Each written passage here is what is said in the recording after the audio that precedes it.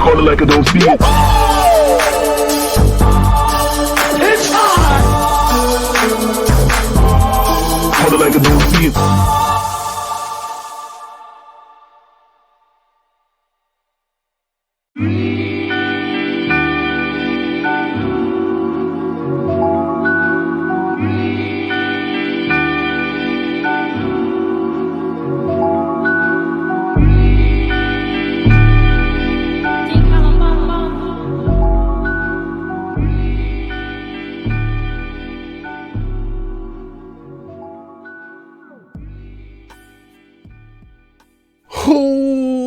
Welcome to the Call Like I Don't See It podcast, where we talk about movies, comics, games, sports, and the glow.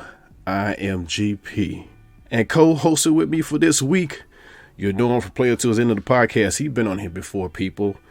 Give it up for MC Paperstacks is in the building. Heyo, it's good to see you, GP. What is up? I'm guessing like I don't see it. Guess. I'll tell you who I do see. Jennifer. Missed you. Oh, snap. You saw Jennifer, huh? I'm giving her a little winky wink. She's rolling her eyes. She knows what it is. Yeah, she went back. Stop it.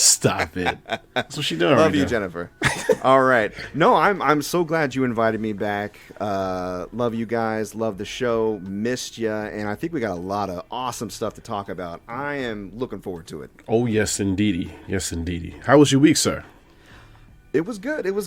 A lot of stuff has happened since the last time we talked. Mm-hmm. So, as you guys know, I'm from the Player 2 has Entered the Podcast show, and we've been on a little bit of a hiatus because I got the new baby. Mm-hmm. AD can probably relate. Mm-hmm. And Derek's Full Metal Merc, he's got a lot of stuff moving in his life, my co-host with the co-most. Mm-hmm. So I do think we're going to come back to it. I'm not sure how soon, but we're definitely still playing games. Currently, I actually got back into Marvel's Avengers, which, not a game with the greatest reputation. Case in point, today they unlocked all of those cosmetics that were like behind, microtransactions and all that, which I think is part of the reason why people didn't like it so much. So everything they added to the game, and I got the PS5 version, Spider-Man, Black Panther, all that. I have access to that, all the costumes, everything. And I'm kind of enjoying myself, actually. You're actually liking it. Yeah, I mean, it's not the greatest game in the world. I came into it, the bar is in hell. But for what it is, like, I enjoy some of the nuanced differences in certain characters. I like flying around as Iron Man. I like smashing shit up as the Hulk. So it's kicking around for pretty cheap. You can probably buy it from, like, Square Enix for, like, $15 or so, I would assume. You know what I mean? So you think the microtransactions is the biggest failure of that game?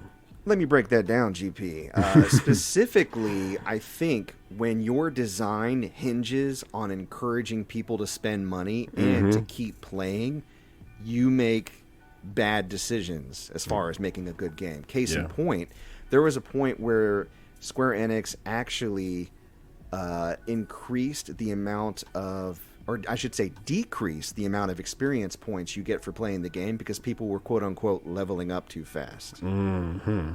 And the faster they level up, the sooner they get to things, and then the sooner they stop playing. And they wanted it to be a live services game and to keep people there and wanting to give them money to buy the costumes that were just out of reach. Yeah. So the design hinges around being a little repetitive, but also encouraging you to play longer than you probably want to just to get the thing that's locked away. That's bad game design. Right. It was dead on arrival. I think, I'm really hoping at least, maybe this might be wishful thinking, that we're getting to a place now, Ubisoft, Square Enix has lost their minds, probably not, but EA, they're starting to see that these games as a live service isn't the, treasure at the end of the rainbow they thought it was, and they're focusing back on good multiplayer games and good single-player content, like the sequel to Jedi Fallen Order that's coming out. Yeah. So, that looks cool. I hope that's the trend. I just finished a game that came out in 2022 that I didn't hear about until somebody was raving about it online. It is a callback to retro RPGs, like JRPGs, like Final Fantasy VI, right? Now, have you ever played any, like, deep RPGs? I know Full Metal Merc does, but I don't know how you guys get down with it. Me personally, I don't play really that many RPGs. real hard. No, not real hard RPGs where you gotta attack, press Yeah, like the turn-based, right? The classic, the Right. overhead, the stuff you would see in your old Final Fantasy, your Dragon Quest, your Phantasy Star, right? Right. I'm definitely a big fan of that genre, and Final Fantasy is a fun series for me. Chained Echoes is made, I think, by an American team, or it may be a European team, but it's definitely homage to those type of games. There's even like plot lines and references lifted straight out of Final Fantasy, which was very fun for me. Yeah. The music was on par, you know what I mean? But the thing that really helps this game stand out is the writing is up to date. The writing is fantastic. Probably one of the best RPG stories that I've experienced in a long time. Do they have any like cliffhangers and? Yes. No, there are Plot twists twist. and turns, things that I didn't expect, things that I really appreciated. The characters were smart, they didn't figure things out after me, but about the same time. You know what I mean? Like, they didn't really, like, treat their audience like they didn't know what was going on. There's a lot of mature. It was surprisingly violent, even though it's a 2D art game. You know what I mean? Because think of, like, a Stardew Valley as far as the graphics, right? But there's a lot of special effects, a lot of really good art, a lot of really good art direction. And the thing that really stood out is all the annoying things that fans of the genre remember, how long turn-based battles take, how you got to heal after every battle, and yet it's a slog to get through a dungeon. The random encounters, all that's removed. You heal immediately after every battle. There's a really cool system that encourages you to use certain moves at certain times, like a flow system that makes every battle interesting and engaging. Right. And battles are at preset points on the map. So once you hit those, you don't have to do them again. You gain levels essentially by getting these shards that you get each time you defeat a boss. So there's like 50 bosses in the game. And each time you beat them, you get to pick either an ability or like a passive ability or a stat increase, and then you get regular stat increases as you go. Everything is just streamlined, and you would think it would almost not be fun to fans because you're doing extra stuff, but honestly, like, it was just so well paced that I was hooked to it from start to finish. Took me about, I think, 55 hours to get through, and I did not feel it. I enjoyed every minute of it. Every minute. Yeah, I was going to ask you, did those boss battles linger too long or not? No, they were definitely tough, but they were varied. There was different mechanics. They forced me to play in different ways or try different characters.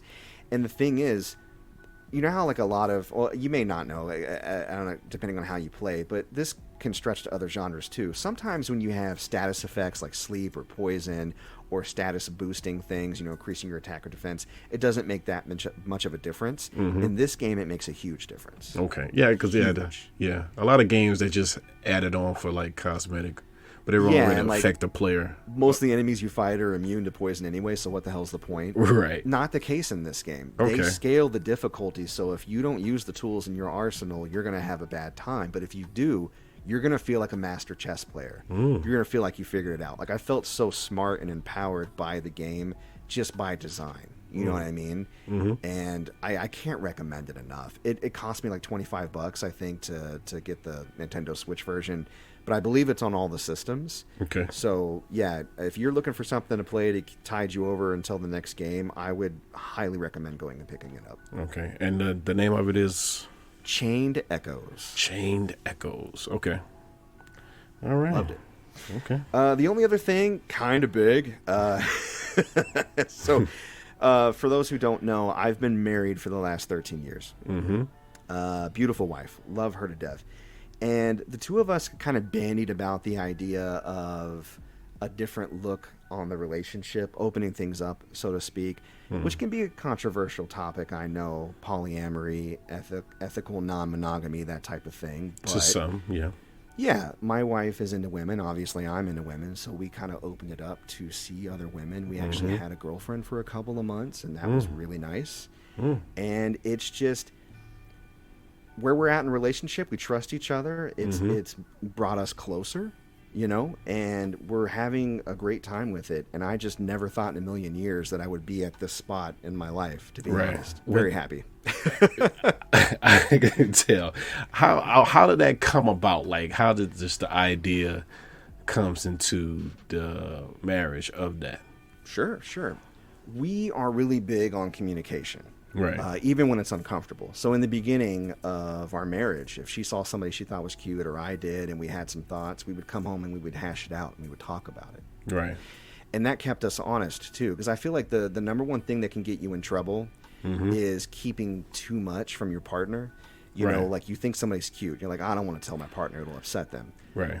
You get a chance to sit next to that cute person if you want to for lunch. You go ahead and do it. I don't need to tell my partner about it. You get to know them, you start to like, I don't need to tell them about it. Pretty soon you're cheating on them, right? Right. So, yeah. Yeah, so we just brought that stuff up immediately, and we accepted that, we're still going to have those feelings, but we're also going to understand that our relationship is worth more than that, right? Gotcha. My wife has always liked men and women, and I've known that since I married her, but she grew up really religious. I did too, to be honest.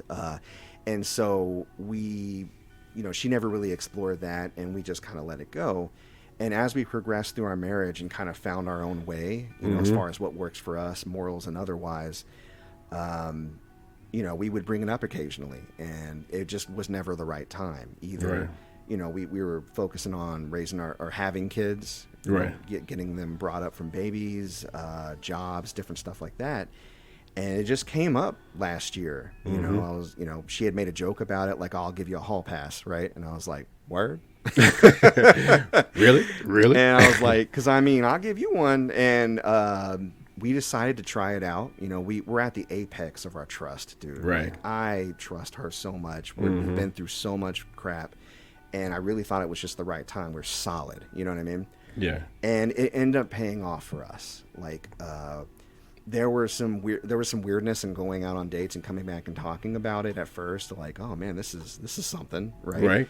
But a lot of the jealousy or the hurt you think you would feel, and I'm not saying this is for everybody, but for us, it just didn't exist. Right. We were really happy. I was happy to see her happy and being interested in somebody. She was happy in turn for me. Right. And we're still really close together. We're still partners. We're still going through this thing together. But just like we have other friends, now we have other friends that do some stuff with. You know what I'm saying? So, yeah, big thing for me. I know it's probably not impressing some people out there, but for me, it was a step for sure. Yeah. Very unique. Very unique. Yeah. You got questions? I am happy to answer them anytime. It is, it's new for me too, so I'm figuring it out. Okay. There's a lot of catch up with MC Paperstacks. It is. I hope I'm not taking over the episode. Oh, no. So that was all with your week, or you got something else? Do I? I don't know, man. How was your week? Oh man. Well, it was just a normal week. I finished Stray. Okay. The little cat game. Oh, I know. I've been listening to you talk about it. What do you think about it overall? You eventually started fighting those robots, right? Yeah. Oh, overall, it was not the robots. Just this fungus. This thing's called Zerks. That's just it's some kind of humanoid organism. Okay, so there was an adversary, but it wasn't necessarily like corrupt robots. It was right. It was the fungus. Some cases, some robots there's some policings. It's like like humans. It's like they not like, even though they're robots, they are acting like humans because the remaining humans made them work like everyday humans. Yeah, it's kind of weird. Program them to do menial jobs. I got you. Right. So some are criminals and some are working for the bad guy, but the ultimate threat is the things called the Zerks. Yeah. But it was a cool game. Very short. It was very intriguing as far as the story, and just you playing a cat, just roaming around the city. Yeah. And I think I heard it was short, and that's why I think I'm going to wait until it's a little cheaper, but I'm keen on playing it. I'm glad to hear you had a good time. What'd you like most about it? Most about it was the fact that you helping out different robots that's in the city. Like you helping out one guy collect music notes so he can learn more music. Okay, like Cat Quest. Yeah. Cat Quest. Yeah. What you need, robot? I got you zeros and ones. Yeah, I got you. Let me climb up this building and get it for you. That's right. I'll scratch anything you need me to scratch, buddy. Cat task. Yeah. Cat task. Other than that, I played. I started. I said I wasn't going to do any remakes. but like the ultimate game became a remake. Resident Evil 4. They got him. Resident Evil 4. Whew. What an Ouroboros, by the way. Think know. about this. Man. Resident Evil 4 shifted the way the Resident Evil was played. Mm-hmm. Then the remakes come out modeled after the shift in gameplay started with Resident Evil 4. Right. And then Resident Evil 4 is remade with the gameplay Resident Evil 4 basically revolutionized. It's like a big circle. Exactly, like the circle of life, circle of games. Wild. It's wild. Right. Circle of Yeah. games. Yeah. Man, and when you start, it's like, some things are different, but it's still that traditional, Leon in that town full of crazy folks trying to get the I got a chance to play the present chainsaw daughter. demo, which allows you to get through the end of the first village segment, which is very famous. Yeah. And my favorite part of that demo has to be when he hits the line. You know what I'm talking about? When the church bells goes off, and he goes, "Where's everybody going? Bingo!" And I was like, "Yes, bingo." Hit the line. So it seems like it's retained some of its camp. Would you say it's as campy as the original, or is some of the edges of the camp been kind of shaved down to lean into the horror a little bit as well? Some of it's been shaved down to lean into the horror, Okay. like it still had that same old, like, the soundtrack, where the eerie soundtrack happens where you looking around, you think you killed all the villagers and stuff like that, and then you're like, why is this sound still going around? And then you gotta look around, then you hear somebody throwing an axe out of nowhere. Exactly, throwing an axe out of nowhere. You be like, oh dang, that's another one. So yeah, it's still the same old thing, but also it's a little bit modern with the operator that Leon talks to. Hunnigan. Right, you can see her. Like, you can actually see her rather than, that little mouth moving on a little portable device. You can actually see her yeah, she's got a 3D model. Right. Yeah. I got so, you. That's cool. Mm-hmm. That's cool. Yeah. I like Hunnigan. She's cool. Mm-hmm. I'm definitely going to play it. I can almost guarantee for those who are cheap like me that this game will be at least as low as $40 by the end of the year, possibly $20 or $25 if you find the right sale. Oh, yeah, especially around Christmas, yeah. Oh, yeah, because Capcom would love to discount those Resident Evil games, buddy. Yep. So I really want to play it. I really do, but I'm going to hold off because I already have Breath of the Wild pre-ordered, the sequel, for May. I'm gonna slum it with Marvel's Avengers this month, I think, for a bit. So I'm occupied. Okay. But I'm looking forward to checking it out. Man, it's just that game is just it's a classic game, man. It's still a classic game. It's good. It's good. And I don't mind an alternate take on it with still hitting some of them old familiar beats. I don't expect it to be as good as the original game, because how can it? That was like lightning in a bottle. Right. But being able to revisit it with a new sheen and maybe some different type of content sprinkled in, I'm for it. I like that. Yeah, for sure. Yeah. Still got your merchants. Yeah. Okay. Yeah. No, I could sit here and talk video games all day. Of course I could. I had a video game podcast. Yeah. All right. It's time to get angry. MC Paperstacks. Let all your frustrations out. Let's call it out. Boom, boom, boom, boom. Yeah. All right. We gotta get acoustics to get some trumpets. Right. For the call it out. Right. Get some bass in there. Yeah. So I definitely have something I need to call out. And, Okay. it's on the subject of something you guys have brought up before, but it keeps happening and it's annoying me. So I got to speak about it. We got that new Turtles movie coming out. Right. I watched the trailer. I thought it was adorable. The guy that voices Donatello, I can't. Yeah, I know. It's awesome. Yeah. I like that they're leaning into some of the original aspects from the comic book rather than the 80s cartoon and toy adaptation, right? And then I didn't really even think about it because I was just watching it and enjoying it. But later on, of course, I heard that people are mad. And I was like, oh, yeah, because April O'Neil is black, right? Right. Yeah, of course.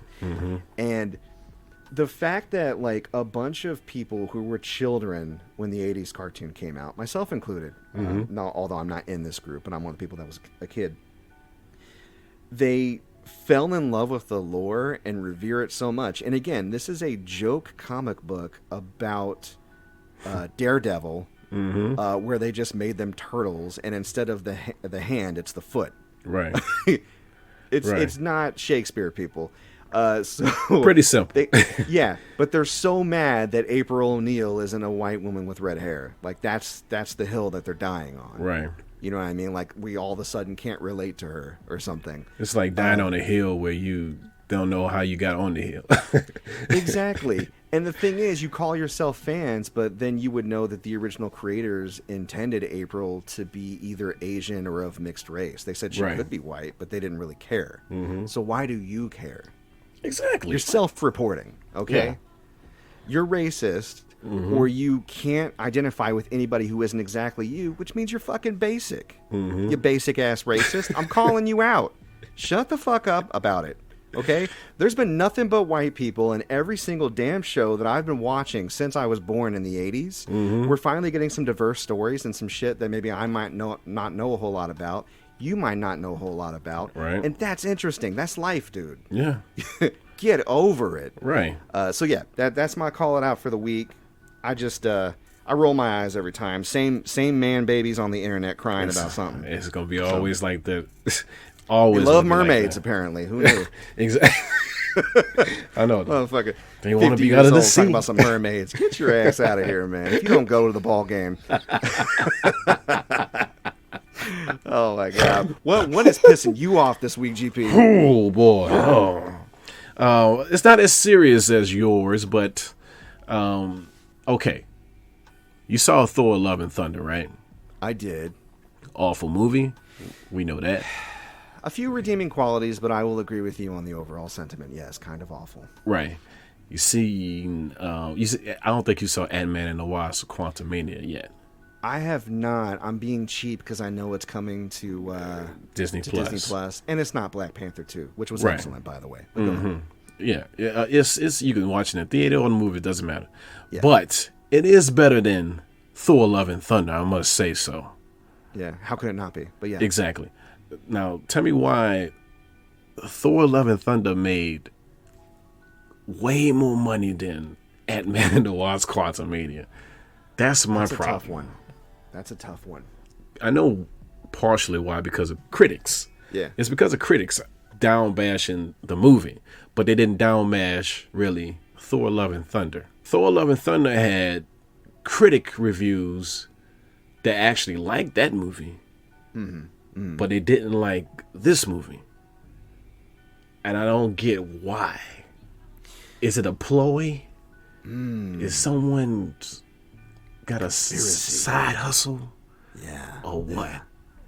I'll tell you, GP, it's hard for me to opine not having seen the most recent Ant-Man movie, which I'm keen to see.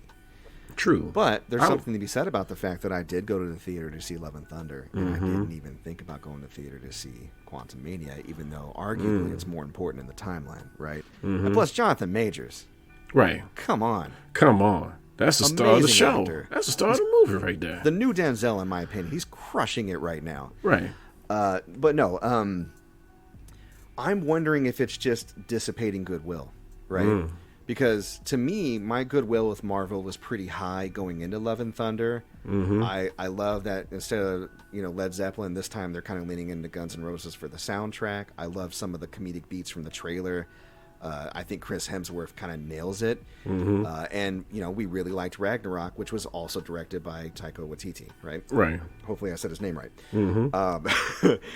So we go in there, and it's such a mess, and clearly nobody gave a fuck about the source material. Taika was probably, like, drunk or coked out half the time. So now I'm thinking, not a guaranteed banger, even if they have a nice trailer. Is it worth it for me to go out here and risk long COVID? Although it's not that bad nowadays. I'll side with AD. I don't know if it's over, but it's definitely not as thick as it used to be, if that makes sense. MC, she lost some weight with that COVID. AD was like, "It's over. It's over." I was like, okay, a little bit. Little bit. Yeah, a little bit. I'm in between you guys, so okay. But no, I don't need, and the thing is, the theater is expensive, and most of us got Right. setups that can rival theaters. I can make perfectly movie theater accurate popcorn. I ordered Flavicol off of Amazon instead of finance salt. I got the movie theater oil. I got the little popper. I'm good. I'm Yeah. straight. I got Right. surround sound. Ain't nobody talking during my movie unless it's me. Yeah. I could pause it to go to the bathroom. Come on now. Right. So yeah, I'm keen on seeing it, but the thing is, Disney's kind of spoiling us too, man, because they just won't quit on They Disney are. Plus with these shows. They are. Andor, Mando, which we're going to talk about a little bit later. You know what I mean? Oh, so you finally you finally saw Andor, right? I watched the first episode. I know you recommended it to me. I'm going to watch it. I watched the first episode. I dug it. Stuff happened. I kind of mentioned it earlier. I'm very tired. It's a good tired. Right. So I'm going to get to it. Trust me. In fact, I've whetted my appetite a bit catching up on Mando this week and realizing, yes, these people out here who are canonizing fan fiction are doing a damn good job at it. Yeah. I think I got a little turned off by Obi-Wan. I believe you guys dug it, right? You guys liked Obi-Wan, right? We liked Obi-Wan probably AD like it less, right? half. We liked it half. We liked it. Okay. Certain episodes was good, certain episodes was not. Yeah, Full Metal Merc dug it too. There were some things I couldn't get past, like the way Right. that they decided to do Princess Leia's character. I didn't like the direction they went. Right. And Obi-Wan was just being a little bit too unrealistic to me. Like, oh, they're going to kill me on sight. Let me pull my hood back and walk through the city streets. I just Right. couldn't, you know? It was the whole let's create a story around them fighting again was the Yeah. issue rather than just having them fight more. Yeah, and with Mando, like it's Western, which I love. I love the genre. Dude comes to town, problems arise. Dude Right. fixes problems. Mm-hmm. Simple. He leaves. Yeah. We're getting a little bit in the lore this season, but I'm already in love with. Like I'm endeared to the characters, so you can take me there. That's fine. You know what I Okay. mean? Okay. So yeah. To a long way around to answer your question, maybe people are just okay to wait on Quantum Mania. It's not necessarily that they don't like it. It's just that they've been burned by Love and Thunder, and they're like, you know what? Yeah. Not worth it. Not worth it. That's true. Also, Multiverse of Madness was kind of lackluster. Yeah, you know what's funny? They were giving us what we wanted a little bit with No Way Home and Multiverse of Madness, and even Love and Thunder, because it just leaned into the goofiness that people responded to with Ragnarok. Mm-hmm. And I think they gave us more. They leaned too hard in one way. They leaned too hard in the fan service way, because you go back to rewatch Multiverse, and while it was awesome at the time, it doesn't stand up like Marvel movies where they kind of put more heart into it. Like most recently Black Panther 2 or like Winter Soldier, like there even Shang-Chi, which is more by the numbers, but it was just fresh, right? Right. Mm-hmm. I find those to be a lot more rewatchable than some of these more recent fan servicey ones, and I'm realizing that no, I kind of want the more thoughtful, serious, still funny at times, but like just more overall, we're trying to make a film here, Right. style Marvel, right? Yeah. Put the goofy shit on the TV shows. Like She-Hulk, I had a blast with She-Hulk, and it was so stupid. Right. I loved it. Yeah. I loved it. But I'm thinking on the big screen, if I'm going to actually go out to the theater, which, good luck, guys. But if I decide to, or maybe the drive-in or something, I don't know. I want something that's going to stick to the ribs. You know what I mean? Not just be there to be goofy. So True. that's me. That's just me. Yeah. Makes sense. Yeah. Yeah, calling it out. Call it out. Calling you out, Marvel. Calling you out, Marvel fans. Yeah. But you know what? We understand now. We get it. We get it.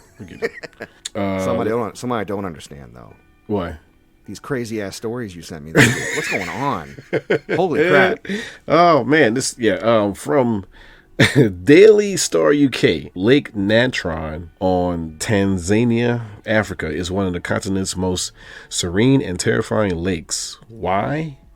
Well, the lake alkaline water, which has the pH levels as high as 10.5, which can burn your skin and eyes. It's basically acid. Yeah. Right. The levels come from the sodium carbonate and other minerals which flow into the lake from the surrounding hills.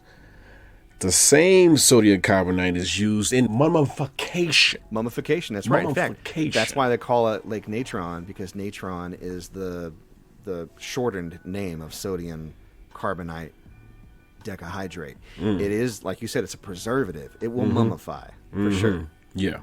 So when an animal dies in a lake, Calcification. Yeah. Yeah, for sure. Did you actually look up the photos that Nick Brandt did on these with the calcified remains? Yeah. That's completely deformed. Yeah. That was wild. Yeah. It looked like some post-apocalyptic wasteland stuff. He basically took some of these calcified or mummified animals like bats and birds and stuff that fell into the lake because it's like a mirror surface. They probably thought they were flying into the sky. Right. Or animals. So he poses them up and they just look like they're made of stone, like they're carved out of like dead tree wood or something. It's wild. Yeah. To know that those were real animals. Yeah, that's what the calcium salts does to the body tissue. Yeah. Yeah. For sure. So don't go skinny dipping in this lake. No. I mean, if you can get in and out in 5 seconds, oh man, maybe you can do it for street cred. Because here's the thing about this lake. Okay, first of all, we in a desert, right? This desert has what they call phantom rain. For those uninitiated, phantom rain is rainwater that evaporates before it hits the ground because it's so damn hot. Okay. And we're getting water coming from hot springs and a local volcano, so it can get all the way up to 140 degrees Fahrenheit. It's like 60 Celsius or something like that. At 140 degrees Fahrenheit, do you want to know how long it takes you to get third-degree burns? A half a millisecond. 6 seconds. Ooh. That's why I said you need to take a 5-second swim and hold your eyes closed because they will burn. Like that movie, Body Melt, something, man. Body Melt. What's Body that Melt. Body Melt is about this. It's like this a B movie about this scientist that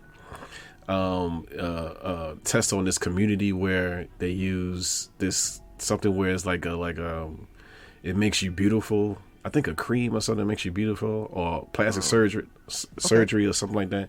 Yeah. And it literally melts people's body.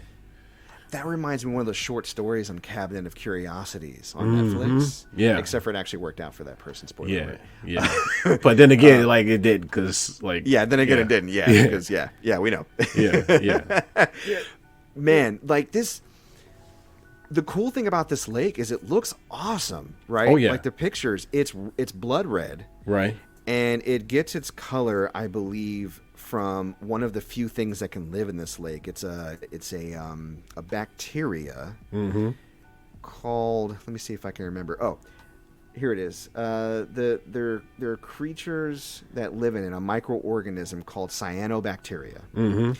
When it photosynthesizes in order to feed, that turns the water red, and it can actually be seen from space. Man.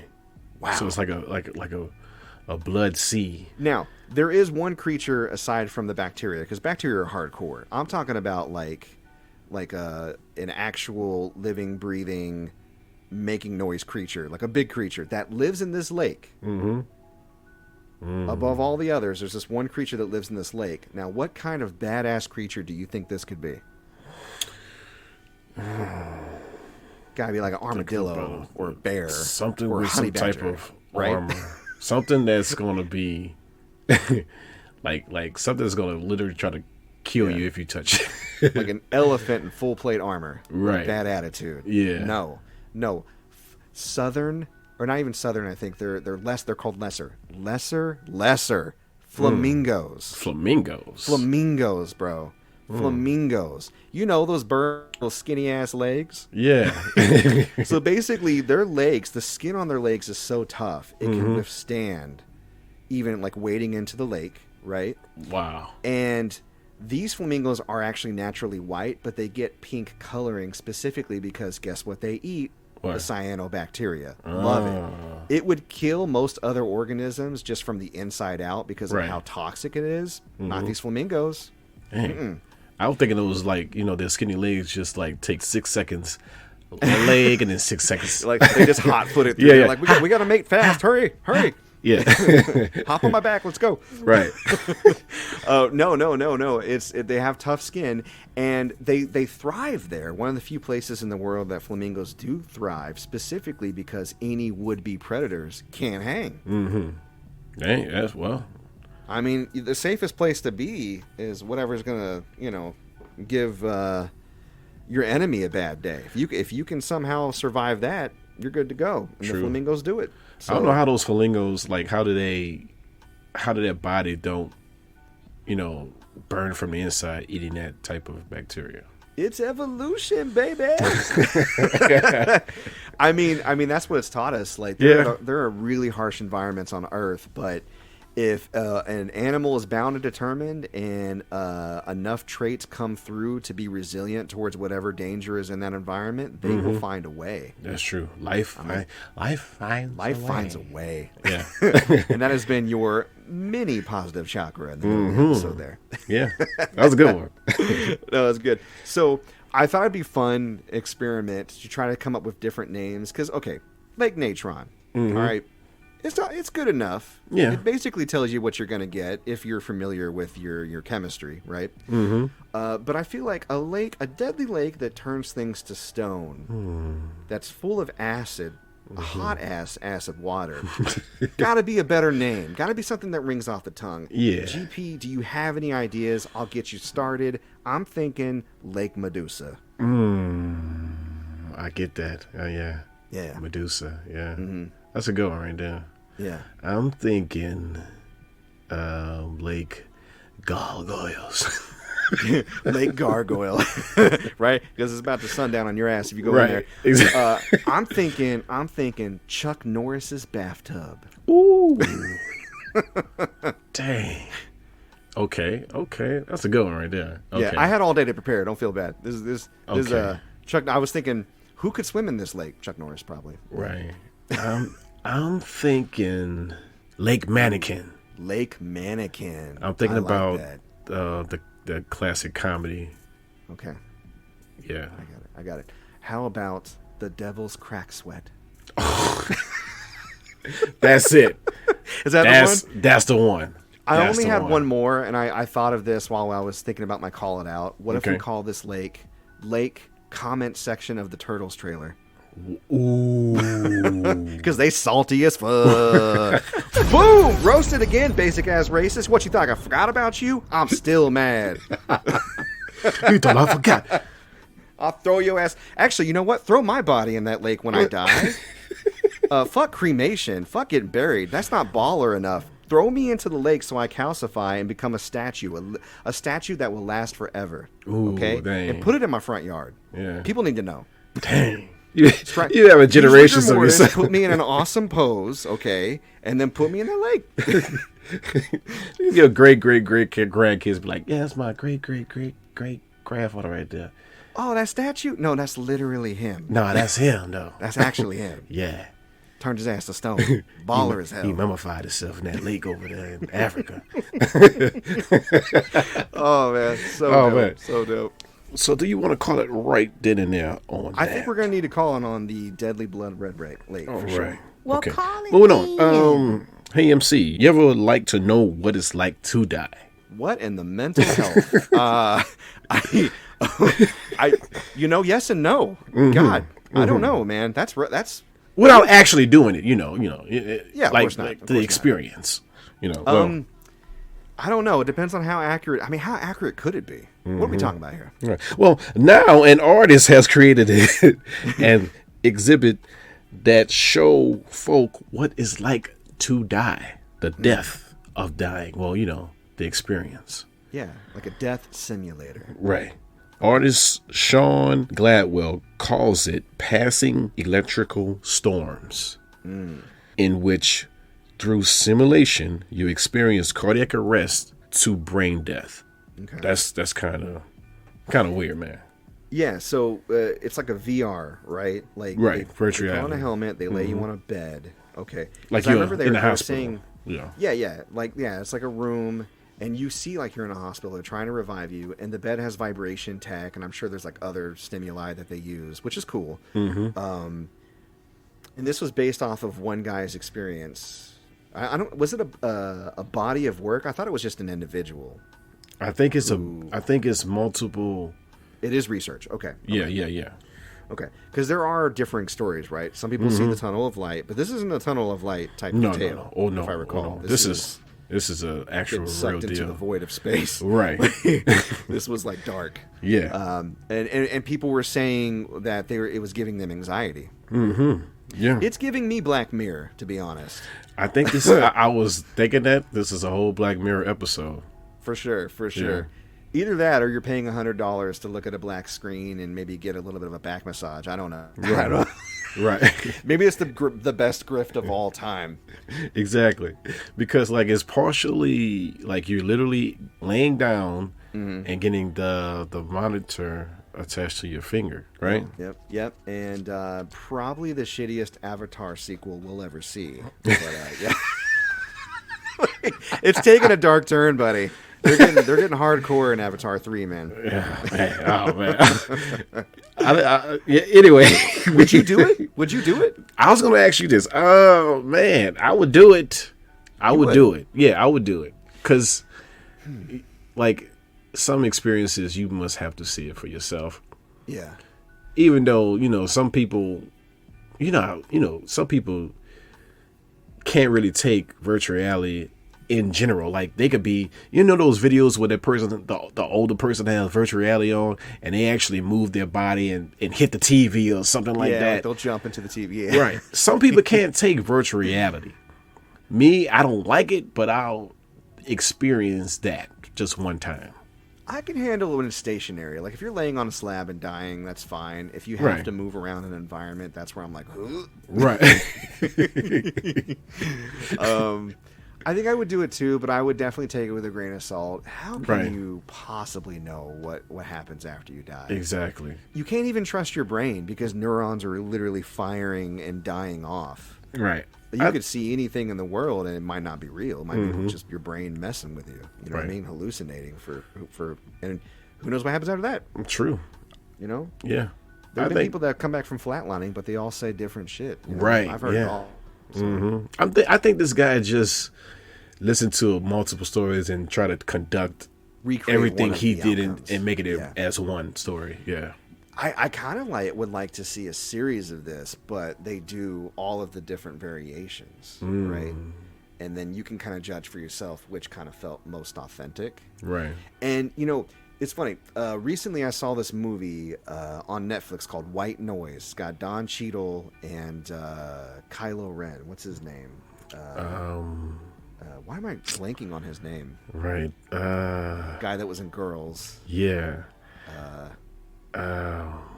Why am I forgetting his name? Well, I gotta Google it. Yeah. Anyways, there's some all-stars in there. Very weird movie based on a book, and it's kind of about the theme of death and being afraid of it or wrestling with death. And there's a person in the movie that is so afraid. Adam Driver is his name. Adam Driver. Adam Driver. There's a person in the movie that's so afraid of death it leads her to risk her marriage in pursuit of just not wanting to be afraid of death anymore. Like it terrifies her. And so I feel like a lot of people who are afraid of death, it might actually act as a therapy. If they truly believe in it or if they truly kind of connect with it, it could be a way to calm some of their anxiety about dying. I feel like it could be used as a form of therapy. You know what I mean? Yeah, that's true. Yeah. Yeah. Yeah. White Noise is weird as hell. Watch it if you like weird movies. Okay. Is it the one with the family, right? Yeah, and it kind of looks like it might be an apocalypse movie or an outbreak movie. And I don't want to ruin it, but it's kind of split into 3 different stories, and that's just kind of one of them, even though all the characters are the same. I don't want to say much more. It's almost like a musical, the way that it's paced and timed and how everybody talks. Okay. They just beat for beat, man. It's a vibe. It really is. So I'd recommend it if you're into weird movies like that. But okay. Yeah, I think that. I mean, unless you got something else, man, we have to call it on death. I think we're going. I think we have to call it on death. Yeah, we have to call it on afterlife. Well, death is pretty rough, man. It's rough. Living is pretty rough already too. Living is hard enough, man. Yeah. Death. What are you doing to me? Right. Exactly. Yeah. When? Don't worry about. I don't want to know when. Don't worry about it. I'm sorry. Yeah, I don't. Yeah. Nah, anyway, I'm good. Anyway, we got to move on to quick bits.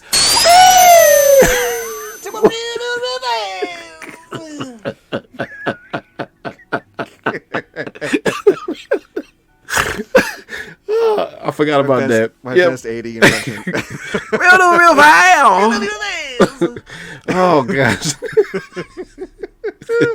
Love you, AD. Oh man. Dang, that was too funny. Okay. All right. Okay. What we got. Quick guess. Okay. Quick. Aristocrats. Aristocats. is in the works at Disney. Questlove is set to direct the movie. Unique. Like He's overseeing the music too, which is arguably more important. Yeah. Yeah. Only song I remember in that movie is Everybody wants to be a cat. Yeah, that's the only one you need to remember. Yeah. Questlove, this will be the second movie he directed, actually.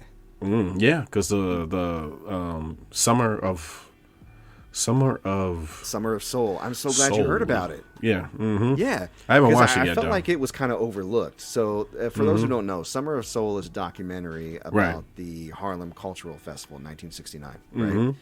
Highly rated by the critics that actually saw it. Like, it sounds like it's really good. I haven't had a chance to see it yet, but when I heard about it and how people were receiving it, I was like, this needs more attention. So, And he won if the you're Oscar, curious- too. Yeah. So if you're curious, it did actually win an Oscar. Okay, good. I don't watch Yeah. the Oscars because politics. Yeah. But unless somebody's slapping somebody, I'm not watching the Oscars. So. Yeah, he won right after the slap. Oh, well, no wonder. Ain't no way. Yeah. That's like, Poor Questlove. Yeah, Come on, yeah, man. yeah. No wonder. Yeah. All right. So yeah, definitely check that out if you get the chance. Get a feel for his directing, which sounds like it's pretty good. I'm excited for it. I think it'll be neat. yeah, and it's another, live action, so. Yeah. I'm not such a big fan of those, but when it's as old as Aristocats and, in need of a bit of a makeover in regards to the fact that Aristocats was one of the movies pulled off at Disney Plus specifically because of racism, let's go for it. Yeah, nice little change up. Next quick bit. Liv Tyler is returning as Betty Ross for Captain America New World Order. Yes. I'm trying to figure out why. Captain America New World Order is giving me unofficial Hulk 2. Yeah, Right. so Mark Ruffalo is in this too? I don't know if he is, right? But Yeah. check this out. We got Betty Ross, right? Liv Tyler. Same person that played Betty Ross in the original Hulk back when it was owned by Universal and leased out, by Right. Marvel, right? And then we've already had General Thunderbolt Ross. Like, he's been played by William Hurt since that movie and then throughout other Marvel movies, right? Right. Now, he passed away, unfortunately, so we got Harrison Ford taking his place. Right. I would be surprised if we didn't see Red Hulk in this. And she Red Hulk I think she becomes I don't know if they're a going to Red go Hulk that too. far. Yeah. She does. I don't In know the if they're gonna go comics. that far in this Yeah. movie. Yeah, No, we'll you're see. right. You're right. And then the leader, which is also a guy that was in Emil Blonsky was in Shang-Chi and She-Hulk. and he was the Abomination from the original movie. So they're bringing back all these people, and all of them pretty much are in this movie, right? Right? You might as well bring back all the Hulks. She-Hulk should come back. Yeah, for sure. Hulk should be back. Yeah, Smart Hulk. Unofficial. I think Captain America is obviously going to be in a lot too. This will be his first movie since he became Captain America in Falcon and Winter Soldier. Right.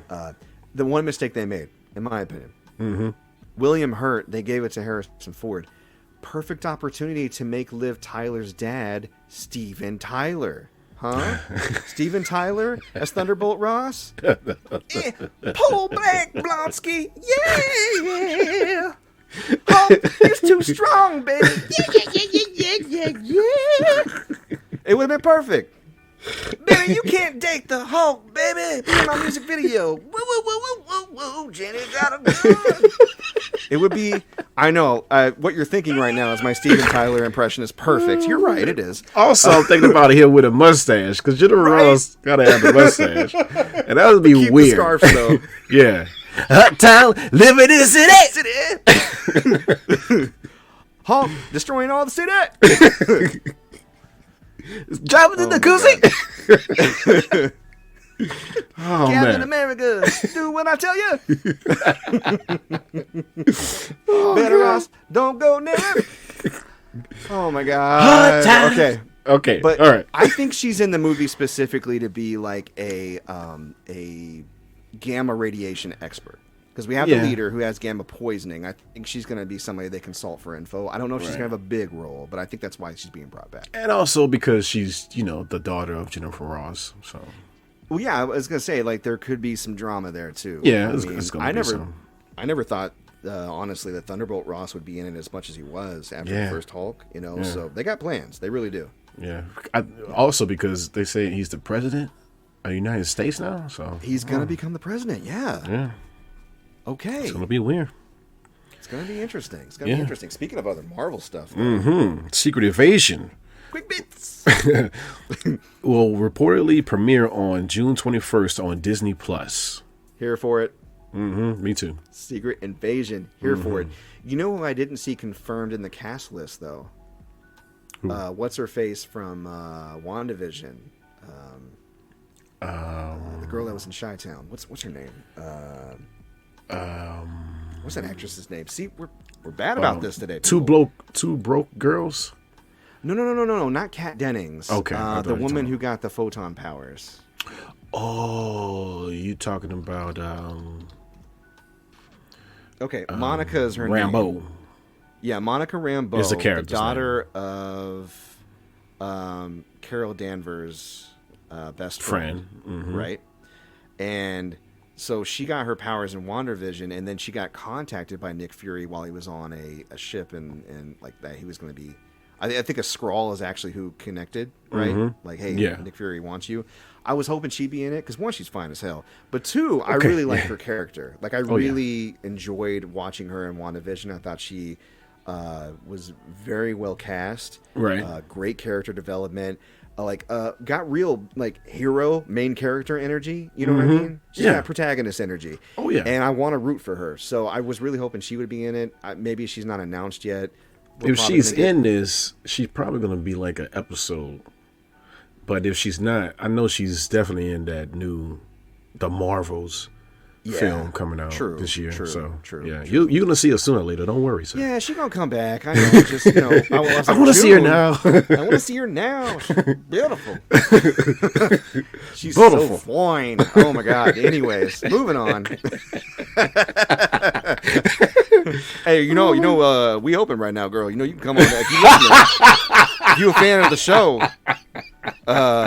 and you like what you hearing, there's more than corn in Indiana. There's me. So come on down. Why you did that? If you like what you're hearing, come on down. Come on down. Come and see sometime, baby. All right, next clip bit. Ryan Coogler is developing a new X-Files series with a diverse cast. Yes. I'm down for that. I'm so down for this. Yes. Love X-Files. Yes, very unique. Very unique for him to do this. Yeah, I wasn't expecting this. This came out of left field, all the way left. I'm just happy that Ryan Coogler's getting work because he deserves it. Yeah. His movies are awesome. Love Creed 2. Love Black Panther, obviously. Black Panther 2 especially. Even under the confines of Disney and Marvel being like, you gotta capitalize this up a bit. You gotta put some more colonialism in this, please. Pro-colonialism, please. And he's like, okay, fine. Even doing that, it's still, he makes great movies. Right. So I'm wondering how much creative control he'll have. I'm hoping a lot, considering he's adopting a really old show. I'd love to see his take on the X-Files. Yeah, he should. And plus, how many people are pissed that Mulder's black or whatever. Right. Cry me a river. Yeah, all over again. But no, I'm excited. I'm super excited. Plus, you could tell a lot of new stories with a diverse cast than you can do with the other. Again, I don't understand why people are so against diversity. It makes us stronger people. Get with it. Or Come on. You know what? Fuck diversity. I hope everybody's black. I just want to piss all white people off. Fuck you. If you don't like this, go watch the old X-Files. Go pay $7.99 a month on Hulu and shut the fuck up. Ooh, roasted a third time. What, you thought I was done? I was done, son, huh? He going throughout the whole episode, so you better get ready. Woo! Quick bits. Um, Quick roast. Next quit band, last one. Sorry, Clayface will reportedly make his big screen debut in the Batman Part 2. Yeah, boy. Yeah, I'm cool. I don't know. I feel like this has really exciting storytelling potential. It because does. Clayface is, I mean, it's giving me Secret Invasion. You don't know who Yeah. Clayface is. Yeah. Plus, okay, check this out. What if, I hope this is true, I don't know if it's true. Mm-hmm. The original Batman, kind of a little scarier, right? Like serial killer vibes, right? Yeah. Crazy Paul Dano. A little cartoonish in the end, but overall I liked it. Right. What if we lean more into the scary horror aspect and Clayface is just like this crazed killer that you don't know who he is, and then so like there's a lot of really scary scenarios that are set up by him suddenly changing and being like, oh no, he's right behind me, right? Like what if it's like a stalking style movie? I mean, I don't. You're more of a big comic buff than I. Right. With your knowledge of Clayface, what do you think they could do? Or what they should do? My knowledge of Clayface is I don't think he works. I'm the power, the freakish mutant Clayface.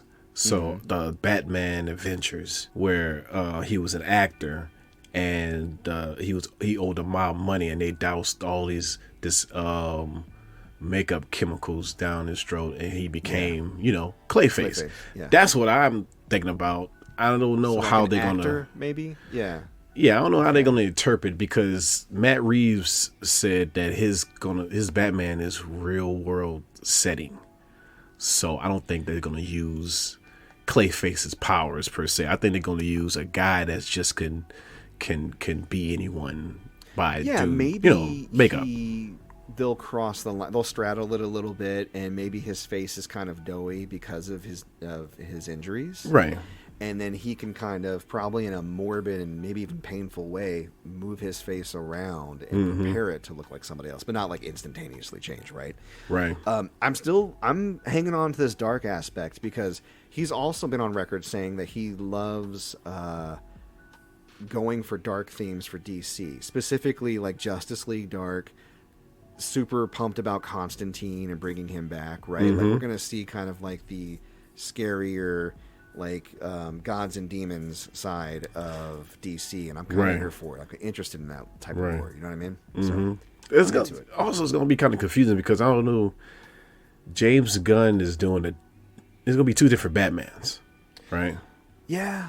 So we'll see how right. that goes. Yeah. You know, I've said this before about DC, and maybe they're leaning into it, maybe they're not. I hope they are.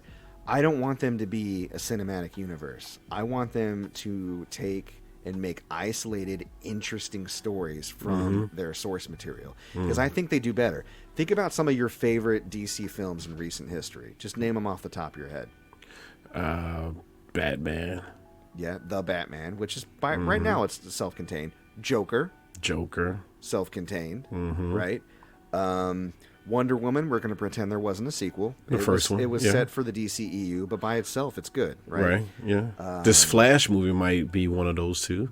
Okay. But yeah, my point is like, if they kind of go all into exploring these stories self-contained and kind of put more effort into that than trying to plan ahead, which is clearly not their ministry, I think that they're going to be better off, because that's the part of DC that I really enjoy. I think with the themes that he's setting off, like the first chapter is gods and monsters. So he can do both. Actually, I think he's gonna do the thing where he take the characters that he said that's in this first chapter is gonna be in different time periods. So he's gonna play the long game, but his eventual ending point is going to be a cinematic universe, but take longer to connect. Which, you know what, is probably the smart way. They got too ahead of themselves. They wanted to catch up to Marvel, but they were already 10 years behind. You can't do that. No. So yeah, I hope they learned their lesson. Suicide Squad, loved it. You know what I mean? Like, so there's good stuff. The remake, of course, but yeah, I'm looking forward to seeing what happens with this for sure. When I read that, I was super excited. I like Clayface as a concept for sure. Yeah, me too. Just the character.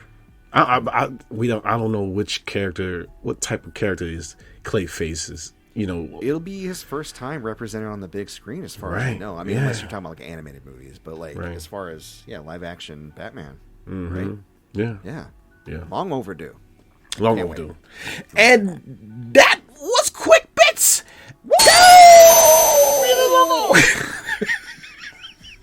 Pretty soon it's just going to devolve into... All right, people. We seen The Mandalorian, episode 5, The Pirate. The pirate. Yarr. Yarr. Me matey. Yarr. You want to hear my favorite pirate joke? Go ahead. Okay. What is a pirate's favorite letter? Arr. There it is. Nay, 'tis the sea. It hinges on you saying, "Arr, Arr. Arr. nay, 'tis the sea." All right. Enough of that. Pirates, Okay. love it. So basically, the planet of Navarro, right? That's Navarro. Yep. Navarro gets attacked from Goran Shard and his pirates, in which Grief Karga needs help from the New Republic, which don't help at all. So the Mandalorians step in and help out. What do you think of this episode? I liked it. I liked it a lot. I thought it was very action-packed. It actually kind of felt like a season finale to me a little bit. A little bit. And I was yeah. like, which episode are we on? It reminds me of the season finale of Boba Fett. Yeah. You know what? That's fair. That is a fair description and low-key criticism. I see you. I see you. Well, I said that Backhanded compliment. because of AD haven't seen the last episode of Book of Boba Fett. It's worth But yeah. it. It was fun. Yeah, it was fun. Yeah. Yeah. Gorian Shard, his design. So he's the pirate captain. Right. He looks like if somebody tried to make old Greg a Muppet.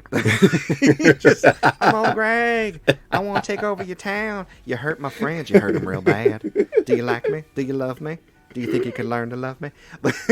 And so, yeah, they shot Vane and his pirates or whatever. And Gorian Shard's all sad about it. Like, Yeah. shut up.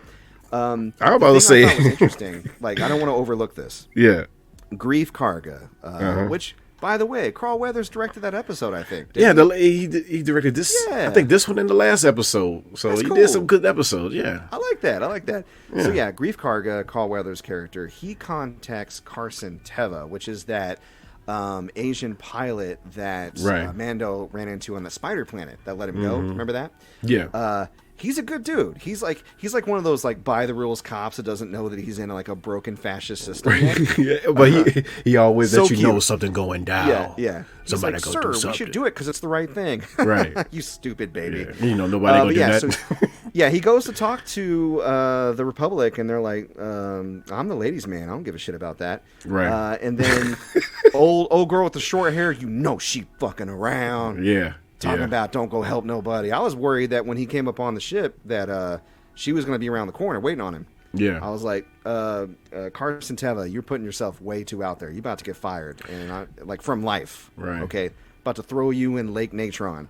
But yeah, no. My favorite part about the episode definitely had to be just the whole rallying the Mandalorians together to overcome like their past griefs with grief, Right. and fight for that town and fight for like an actual home where they don't have to like hide away, like Sitting in them caves. And, sitting in caves, or sitting in Yeah. sewers or whatever, smelling Right. good all the time. They get to be out in the sun. That's nice. The kids step out, they get taken by a dragon and stuff like that. No, you can't live like that. Which I'm saying though, the dude came like Teva came and they're like, "Do you realize that now we have to leave?" And I'm like, "Are you shitty about that, sir? Don't Right. you get picked off by bird?"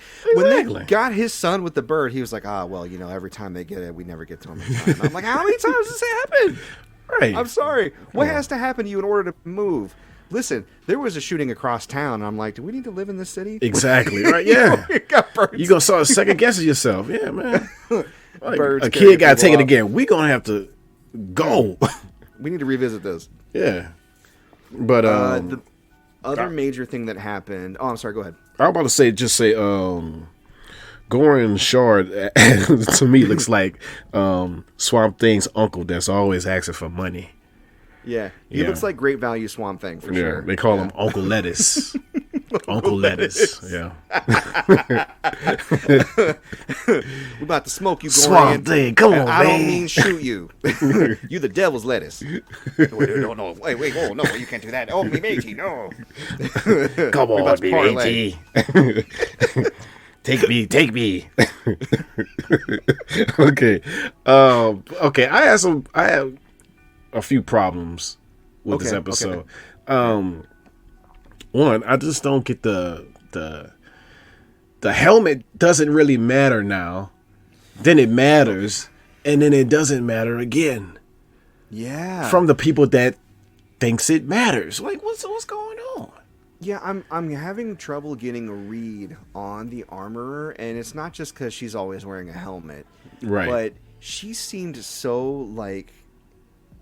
I mean, they have an excuse. We're going to discuss it in a second, but she seems so slavishly devoted to their orthodoxy that she was going to send Din Djarin, our beloved Mandalorian title character, to almost either certain death or at the most benign, just a fool's errand, knowing that there's no way he could do it. Like, to get back in the order, he had to go bathe in the waters of Lake Minnetonka or whatever. Apollonia will tell you that's not Lake Minnetonka. Right. But and he actually finds a way to do it. So she lets him back in. But that's how far she's willing to go, is to get rid of their best warrior because he took his helmet off once, right? Right. But then all of a sudden, Bo-Katan goes, I think I saw a mythosaur In the maybe, water? and she's like, "Word, well that's proof enough to me that everything I know is a lie." Take your Let's helmet our off. helmets off. Take your helmet off. So she doesn't make everybody take their helmet off, but she lets Bo-Katan take her helmet off because Right. Bo-Katan has proven twice now that she's an amazing leader through the coup with Gorian Shard and also saving that one dude's kid. Right. And she's saying that you can unite all of us, the factions that are less orthodox. You can basically unite the Catholics and the Baptists, right? So But you get all these helmet off. factions of Mandos together, you Yeah. know, whether they think it's a holy trinity or not, and you know, we'll be stronger, we'll be united, right? Right. And I'm with you. I didn't let it like trip me up too much because I'm like, whatever, fuck it, I'm here for the fun. But you expect more from Mando. The writing is usually tight, and the turnaround on the armorer specifically being the Right. spiritual leader and being so orthodox in the past, it just felt weird to me. Right. It's because she was like you said, Din Djarin was doing all this stuff to prove that he could be a Mandalorian again, and like she just said, you saw it, huh? Like she didn't even believe her when she said she saw it. So what makes her believe her now to the point to where you could take off your helmet? I think what they want you to think is because she was so brave and valorous during her time with them, that it made them reconsider what's important and what a leader is. But I feel like Din Djarin has already done that several times over. But I think the idea is that the change of heart comes through their interaction with the Bo-Katan and how capable Bo-Katan is. Right. I think that they could have been more effective in displaying that, but again, it's a TV show, and maybe they didn't want to do 9 episodes. So Right. Yeah. I think it would have been worth it. I agree with you. There needs to be a little bit more that helps turn them around. I don't think it's a bad idea to turn them around, but you got to Right. do more. You built this thing up. Yeah. This is clearly not a decision you had in mind in season 1. Right. It's like you set these rules in place for all these seasons, and then it's like, but I do want to see how all of these actual Mandalorians look like under that. People have died. People Right. have died for the way. Right, They've exactly. lived and died for the way. So to so flippantly cast it aside, Yeah. it was jarring. I agree Yeah. with you completely. Now these are the ways. Is these are the ways now, or is just this the way? I think it's just one of them phrases you can apply to anything. It's Right. like woke now. It doesn't even mean anything. This is the way. Sure, man. I'll have extra mayo. This is the way. Okay, that's the way. All right. We going over here? This is the way. Yeah. Ah, I get it. Let's go.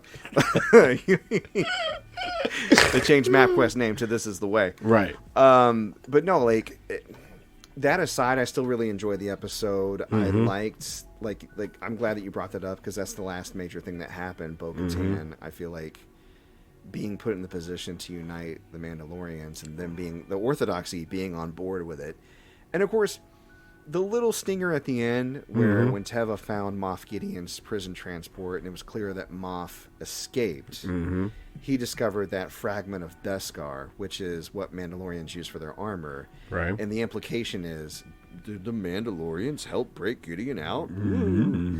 Yeah. Which I don't know how you can immediately come to that conclusion when we saw people tied to the Empire literally paying Mandalorians in Beskar. So we know that they don't have all the Beskar. Mm-hmm. Also, I kind of think that's it. It's I don't know why I think this, but I think it's Bo-Katan's crew.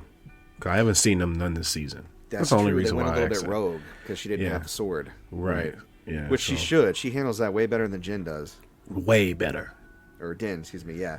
Yeah. I was like, she gonna be able to lift? Yep, she can lift it all right. Right. Yeah. She's got that glow or whatever. Yeah. More to that later. But yeah, well, what do you give The Mandalorian episode 5? Out of 5, as is my rating usually, I'll do 4.5 maybe even. Okay. I loved it. I'm loving the season so far. Okay. I'll do 7.5. 7.5. That's fair. That's about the same. Yeah. Okay. All right. MC.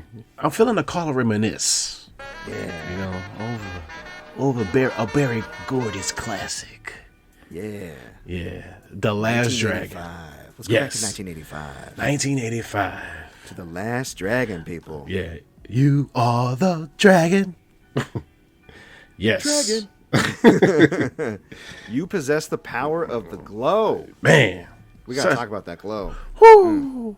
When you got Not that soul glow. It's the glow. The glow. That's right. Yes. It's not Glow, the wrestling series on Netflix. It's the glow. Please believe. You need to know. You need to know when you got the glow. When you got the glow, you got the glow, you got the glow. You need the glow. You need to go to bowl. Now, Barry Gordy, president of Motown, we're going to have a good soundtrack. Right. We'll get to that. But oh my God, I'm in love with this movie. When you had recommended Reminiscing about it, I was like, yes! Yes. I have seen this movie more times than I can count. Me too. And I went ahead and watched it again this week. I took a gummy with my wife, my partner, and we sat down, we watched it, and had a great time. This movie, I don't know if it holds up because of nostalgia. I try to look at it outside of my rose-tinted glasses, but I can't. It is a modern black exploitation classic with Asian exploitation sprinkled in, and I love it. I love it.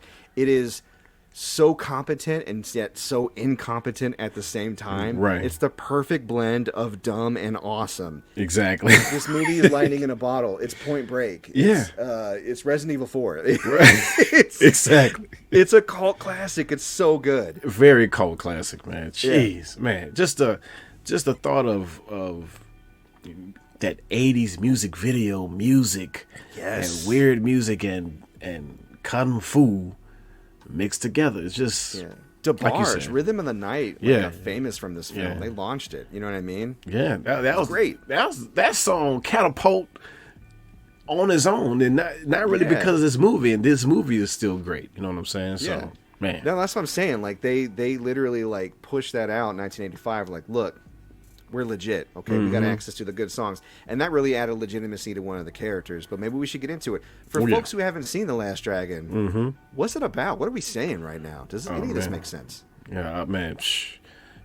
I hope it does. I hope you saw The Last Dragon, and if not, you should see it. You should see it because we're about to spoil the shit out of it. Oh yes, we are. We are. Although, could you really spoil it? It's an experience, right? Even if you know the plot.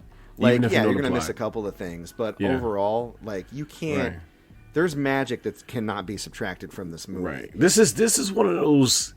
This is one of those battles where, you know how when it's kind of similar to when Goku fought Frieza on Planet Namek, and he became a Super Saiyan.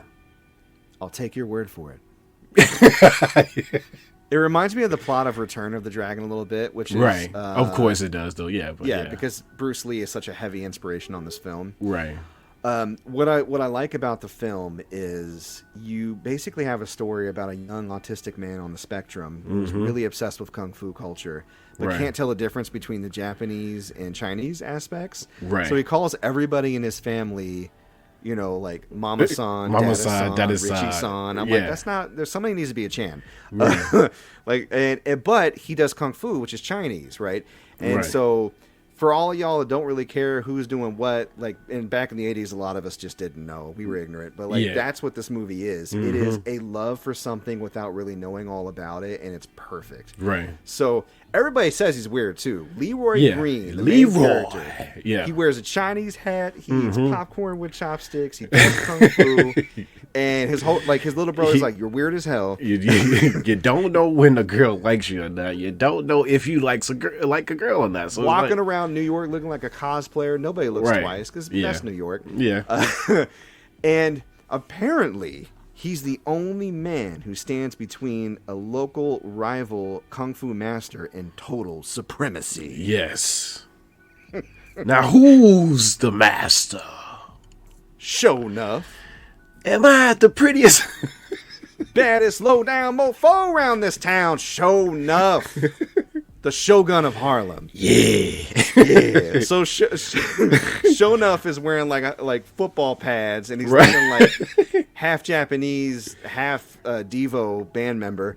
And right. Exactly. That's true. It look like he is the Devo black. Yeah. Yeah. He's got them Kanye West shades, like the power. Yeah. Yeah. And he's got his own crew of lackeys who like. He gets introduced in a movie theater scene. So all we know at this point is Leroy Green, a.k.a. as he's known in the streets, Bruce Leroy, is pursuing being a master of Kung Fu. He's looking for the final level. Right. He's reached the last dragon, but now he has to go on a quest to find somebody to help him get there, find the master, right? Right. We cut to everybody watching a film. We're watching Enter the Dragon, arguably one of Bruce Lee's best films. Yes. Indeed. Hollering at the screen. I gotta tell you something. This is the most woke, diverse film. Like, if it got made now, conservatives would be so mad at it. Yeah, it would. You got everybody. There's black people. There's gay people. There's white people. There's Chinese people. There's all in that one scene. There's trans people. Don't break that face, baby. Oh, don't hurt him, baby. And it's just normal. They're all hanging out together. Right. It's like, it's beautiful, to be honest. And they're yelling at the screen, and they're going crazy. Somebody starts playing music. That's too much. Break the jukebox. Shonuff comes in. I know somebody could beat you. Who's bad enough to be Shonuff? Who? Bruce Leroy, that's who. This is going to point at him. Who? And thus the rivalry begins. And that's how it begins. Yeah, that's what kicks it off. Is Shonuff wants to fight Bruce Leroy, but he don't care. Right. Bruce Leroy, exactly. Right. Yeah. Man, that's just like, that's how some altercations happen. Like, it just be about the total supremacy of the streets, I guess. In Kung Fu. Who knows? I think I'm the best Monopoly player, and here comes you. So you just destroy everything, and then I got a beef. So that's how it goes. If you do not play me in Monopoly, I will jack up your father's pizza shop. Exactly. I will break windows. Yeah. I will put your brother in a trash can. I will make you kiss my Converse. Dang. Mine. Woo! That's the thing. This movie's so quotable. Yes, it is. Oh my God. Yeah. And Timac, who plays Bruce Leroy, bless his heart. He was 19. He was a black belt, but this was his first acting job, and it shows. Yeah. But everybody around him is so animated. Everybody is eating, like, just chewing the scenery up. You got Shonuff, and the other villain in the picture, Eddie Arcadian. This kicks off the other plot, right? Yeah. So Shonuff wants to fight Bruce Leroy. Then you have Laura Charles. She's basically a VJ, and she does this video show in New York called Seventh Heaven, right?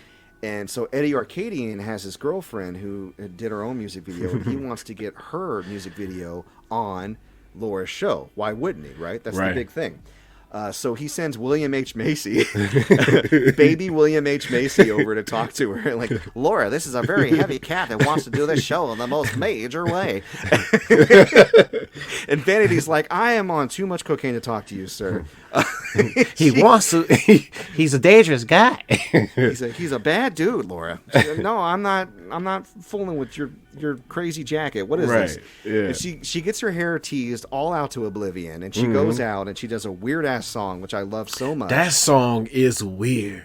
I never say never at heaven's elevator door, because once you dare, you can't get it up anymore.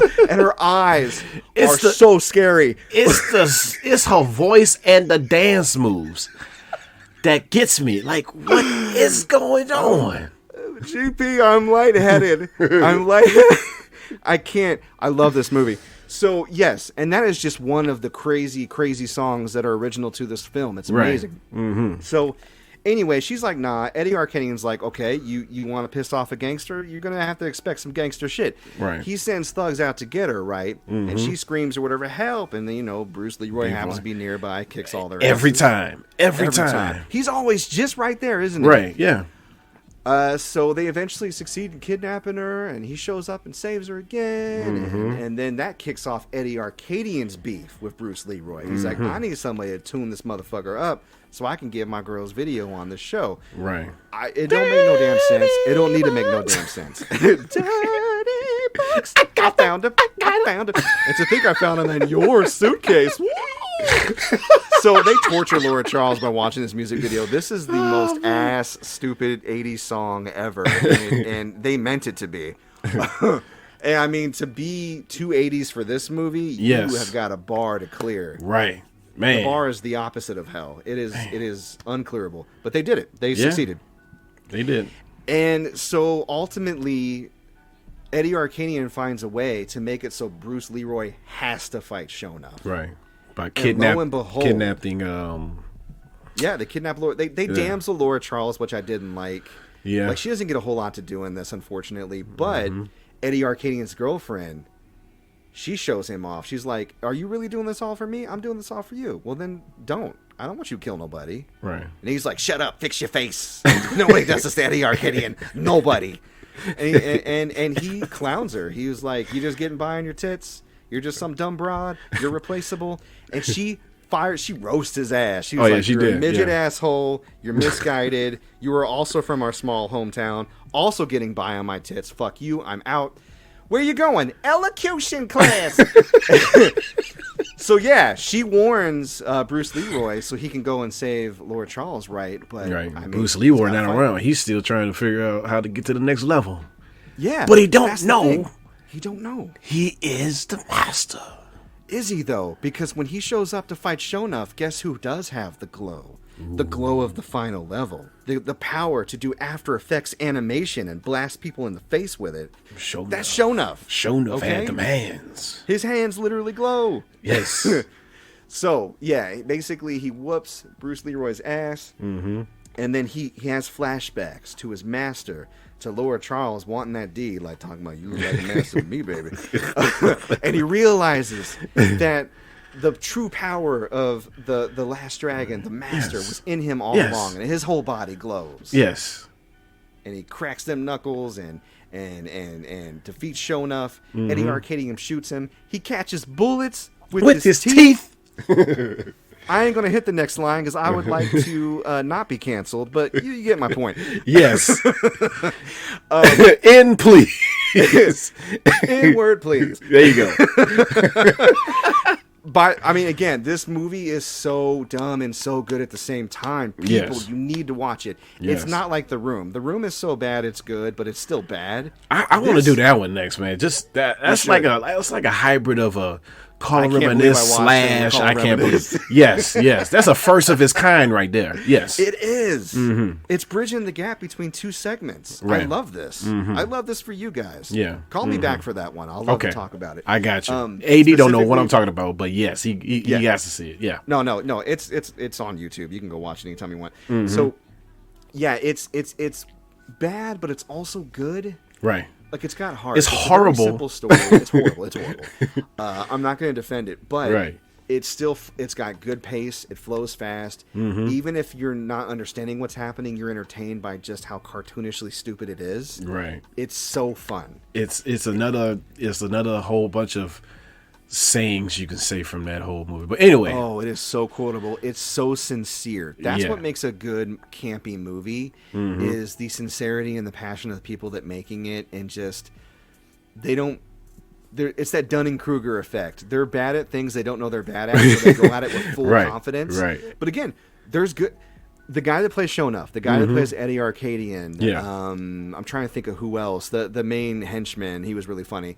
There are a lot of people in this show that really overact and know what they're in. They know they're in some ridiculous bullshit, and that they was ham it up. That's what's make it great. It's so fun. Yes, and even the guy that played Leroy Yeah. Green, he's like, even though this is his first acting gig, I think just his character as like he's like a fish out of the water in everything.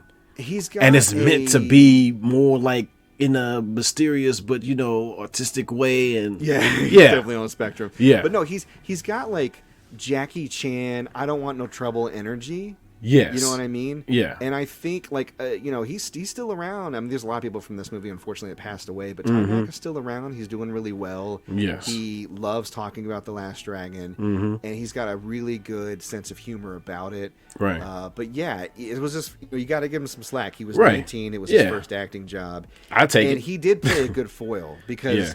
Show Enough was trying to get a rise out of him, out of Right. this wimp. This And wimp. it was difficult. And he had Yeah. a childlike fascination with Bruce Lee, and it was infectious. Like, you really did root for him. So I'll give him that. exactly. So, would you? This is one of these movies where I don't want any type of remakes. No. No sequel. Nope. Nothing. I don't want no 30 years later. Leroy's son. No. I It's just impossible to make this movie again. leave this alone. Leave it alone. Yeah. Yes. No, there's that old like hacky saying like, "Oh, they wouldn't make Blazing Saddles today." And it's like, yeah, that's how time works. Right, Like, exactly. Sensibilities change. You know what I Right. mean? Like, that doesn't negate that Blazing Saddles is a great movie, especially for its time. Last Dragon, I would argue, like has less to argue about, being problematic, but it Right. is a time capsule. It is. You just can't hit the same with this movie and this No. material. So make something new. If you want to make a goofy, campy martial arts flick, do it. Just know you're never going to be Last Dragon. You don't need to be. You don't need to. Exactly. You don't don't. need to be. You don't need to be. Nah. The fact that it exists and we can go back and watch it anytime we want. I've had Right. that DVD for like 20 years. I've wore that thing out. Yeah. Love this movie to death. Definitely in my top 10 campy films of all time. Any kung fu head, any fan of any kind of black cinema, like, you need to go see this. Like, if you don't have, this needs to be in your card. Like, Yeah. this is like if you haven't seen Coming to America levels of Yeah, I would say that too. credibility. Yes. Yeah, for sure. Exactly. Yes. Yeah. Yeah. You are the last dragon. You possess the power of the glow. Bum, bum, bum. They got their own theme songs. I love it, man. And it's so hype. It's so hype. Yeah. Man. Oh, man. Good stuff. Good stuff. Yeah. All right. Time to slope down. Slowing it down. Real down. For positive. Chakra. Yeah. All right, people. So I got a quote for you this week from an author. His name is Terrence Real, and he does books about relationships. So I'm going to lay this one on you. It's a little long, but it's worth it. Stick with me. Okay. Self-esteem is your capacity to recognize your worth and value despite your human flaws and weaknesses. Your value as a person isn't earned. It isn't conditional. It can't be added to or subtracted from. Your essential worth is neither greater nor lesser than that of any other human being. It can't be. Self-esteem is about being, not doing. You have worth simply because you're alive. That was a good one. I think that's important to take to heart. I think a lot of times we measure our worth, especially in a capitalist society, based on what we can give back, because we are socialized and trained that we are only worth what we can produce, because that's how Indeed. our economy is driven, right? It's deep into our psychology. That's why boomers work themselves to death, because who are they if they're not their work? Right. And I'm here to tell you people out here listening, you are worthy because you exist. Full Yes. stop. Love yourself. Lean into who you are. Own it. Yes. Because nobody can be you like you, and we need you. Yep. All right, You that's are Positive only Chakra you. for today. That's right. Yes. Yes. All right. That was a good one. Well, thank you, man. Terrence, I can't take credit. Terrence Real is an amazing author. People look him up, especially if you're looking to step up your relationship game. Take it from a guy who somehow opened things up and everything was perfect. So Right. I'm doing something right. Right. Shout out, Terrence. Shout out. Shout out Terrence Real. All right, MC. If you got any shout outs, yell outs before we head out, let the people know. Okay, well, I'm going to write off of a recent shout out you guys did, and I'm going to shout my wife out, my partner in crime. Okay. My wife is crushing it right now. She is on track to be in the C-suite in less than 2 years. And Nice. I've been with her through, getting her through that last bit of school, then going back to school for her master's, now pursuing her PhD, being an awesome mother of two, the best partner a guy could ever have. These past 13 years have been the joy of my life, and I've reached wholeheartedness by living life with you. So, thank you. Oh, that's so great. That is so great. And I'm not saying that because I ate her leftovers. It's all from the heart. The other thing I want to put you on to, people, yell outs, okay? My brother, my co-host with the co-most, Full Metal Merc, he is still out here getting the deals on video games, comics, toys, collectibles, plushies, you name it. Yes. If it's nerdy and or video game related, get yourself on down to ebay.com/str/gamer goodies and more. Gamer goodies and more. Can we put that link in the description, you think? Oh, yeah. We can do that. All Jennifer, right. Jennifer, she got it. Jennifer? She got it. Mm-hmm. She got the notes? Okay, Jennifer's on it. Love her. ebay.com/str/gamer goodies and more. Support a black-owned business. Support my best friend. Yes. And get you some good deals. Put him on to what you're looking for. Right. He's out here every day in these streets, hunting into the bottom of Goodwill bins in the dark corners of the world for you. For you. Okay? Get it. you these deals. Yeah. I have gotten such obscure, hard-to-get amiibos and other collectibles that I like thanks to this man, and I want to spread the good word. Right. You better get him while it's gone, too, because I wanted Ninja Turtles from him, and it was gone like in 2 hours. I was like, dang. Hotcakes. Hotcakes. I'm saying, hook back up with him, send him a message, put him on. If you're looking for something, the chances are he can keep an eye out, and within a few weeks, maybe even have it for you. So who knows? If he doesn't already have it, you know what I mean? Yeah. Huge inventory. Yeah.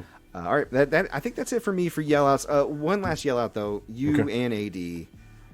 Love that you do what you do, that you're still doing what you're doing, bringing it every week, and I appreciate you guys. Oh, man. Thank you, man. Yeah. Don't make me cry on the podcast.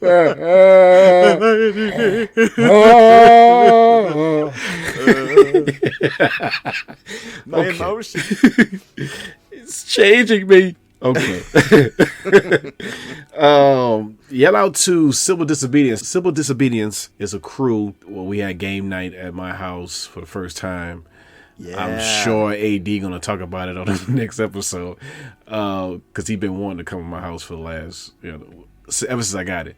So, yes, shout out to Civil Disobedience. Great night at game night. We gotta do it again. And shout out to the listeners. Thank you for listening. Thank you, MC Paperstacks, for being on the show as well. You are very welcome. We got to get down to Houston, Yes. H-Town. Oh, vice versa. Yes. Yeah, exactly. Right. It's going to Yeah. happen. It's gonna happen Believe you eventually. me, it's Yeah. going to happen. We're going to get on down there and hang out with you guys for Yeah. sure. Yeah. All right, yeah, no, thank you for having me. We should do a whole player two call like I don't see it. Look at the room, the movie. Yeah. No. Yes. Let's Because do this. some of us don't know about the room, and when they look at it, they're gonna be either mad or happy. Yeah. So I don't know. Yeah, we should do like watch along commentary that people can listen to while they watch the film. Right. And that would be great. That'd Or, be like, a cool. podcast afterwards. I'd love that. I would love Yeah. that. Mm-hmm. That'd be cool. Jennifer, jot that down, please. Yeah. Thank you. As you can see, I'm being a lot more. I'm tempered with Jennifer. Like last time, I was a little too hype. Yeah, I apologize, yeah. Jennifer. We talked. Yeah. She was like, "Why is he hype?" And I was like, Yeah, trying yeah. to Why is he trying to coming at convince. me like He that? was happy he was on the show to the friend. I was trying to explain to her, Yeah. you know. I was excited. Right? Yeah. People be excited. Big fan. Yeah. All right, people. Listen, folks. that's just what we do. And now it's time for us to pay some dues. So we will catch you all on the flippity flop. Peace. Deuces. Bye.